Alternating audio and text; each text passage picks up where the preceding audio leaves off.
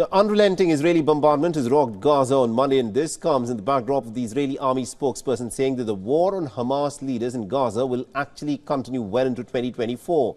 In the latest series of attacks, Israel has also released a video showing as to how its army has, according to it, destroyed Hezbollah infrastructure. The IDF claims that the strikes were in response to the attacks from Lebanon towards the Adamat area in northern Israel. On the other hand, Israel has also started to withdraw some of its forces from the Gaza Strip towards a shifting focus to more targeted operations against Hamas. Moreover, the Israeli Defense Forces have partially returned their reservists to civilian life as well. An IDF spokesperson said that 2 reservist brigades will now be released this week.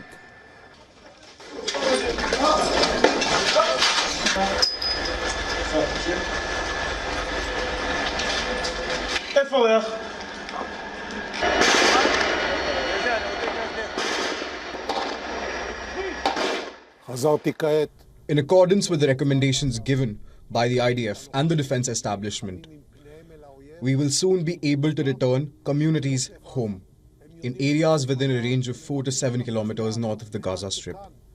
The first group of 7 communities has already decided and they have received the message. Kibbutz Dorot, where we are right now, is one of them. Another official has said that the military is now entering into the 3rd phase of the operation. Tanks and troops have largely taken control of the Gaza Strip, even though the Palestinian fighters are managing to strike at the Israeli forces and have been ambushing them from underground tunnels and bunkers.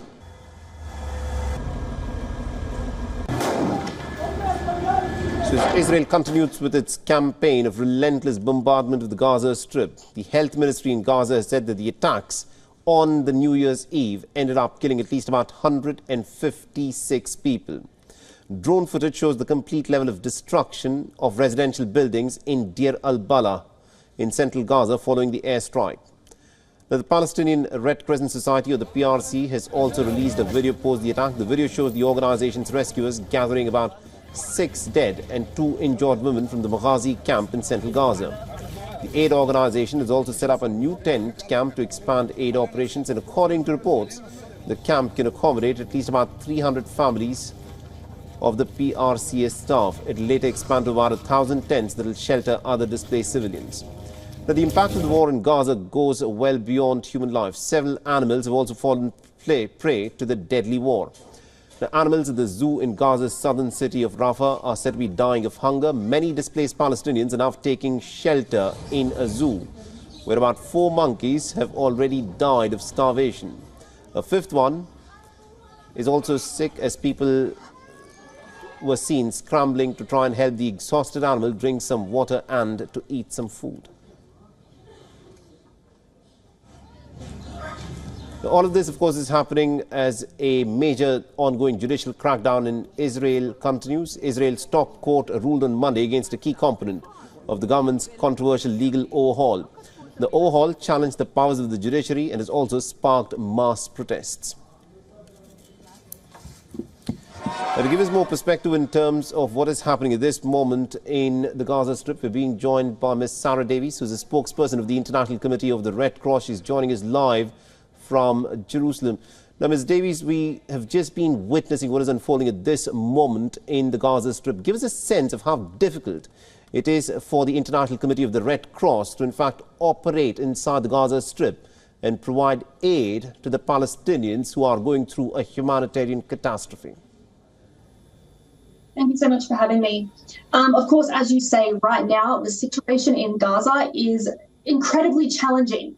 For teams like the International Committee of the Red Cross, it is very complex to be able to access the people in need, not just due to the sheer number of people, the nearly 2 million people who have been displaced and who are now in the southern area, but because of things like the ongoing hostilities make it very difficult to move. Even things like rubble, destroyed infrastructure, all of this creates a lot of challenges. And we are always continuing to call for unimpeded and safe access to all civilians who are currently impacted in the Gaza Strip, so that we can provide things like essential supplies, aid, things like medical equipment for hospitals and medical facilities, but it is a very challenging situation for us to reach all civilians in need at this time. Right now, at this moment, as you mentioned, that almost 2 million Palestinians have been uprooted from their homes and are in dire need of aid. Now, the United Nations has said that nearly about 500,000 Palestinians are facing acute hunger. How many people has the ICRC been able to reach out to provide aid within the Palestinian territories? So in Gaza, we have ongoing services, things like medical facilities. We have a surgical team who is, of course, continually operating at the European Gaza Hospital. We have been providing things like blankets, things like water purification tablets, chlorine tablets, because the access to water is severely limited for so many people. Also things like cash assistance, and we are continuing to assess the needs, but it is a very overwhelming. The needs in Gaza that currently exist are incredibly high, and unfortunately, we are seeing a rapidly deteriorating situation. Of course, other organizations like the United Nations, the Palestine Red Crescent Society are also responding the best they can. But really what is needed now is some respite for these civilians who have been so severely impacted, and a political solution to be reached so that aid can be delivered unimpeded and to every civilian who so desperately needs it in Gaza. Absolutely, indeed. Now, my final question to you, Ms. Davis, is this war has gone on for almost about 3 months now. Tell us what the situation in terms of health infrastructure is like in the Gaza Strip. So unfortunately, what we have seen is that many hospitals are no longer functioning or are only able to offer very basic stabilization services, particularly in the northern area. Every medical facility is running low on supplies, from simple things like gauze, sterile water, to unfortunately more necessary equipment like surgical tools for amputations. Our surgical team have reported that almost 50% of the wounds that they see entering have to be amputated because of the state that they're in. People can't access hospitals in the time that they need to. And right now, we are also gravely concerned about the risk of infectious diseases spreading because people are so closely quartered.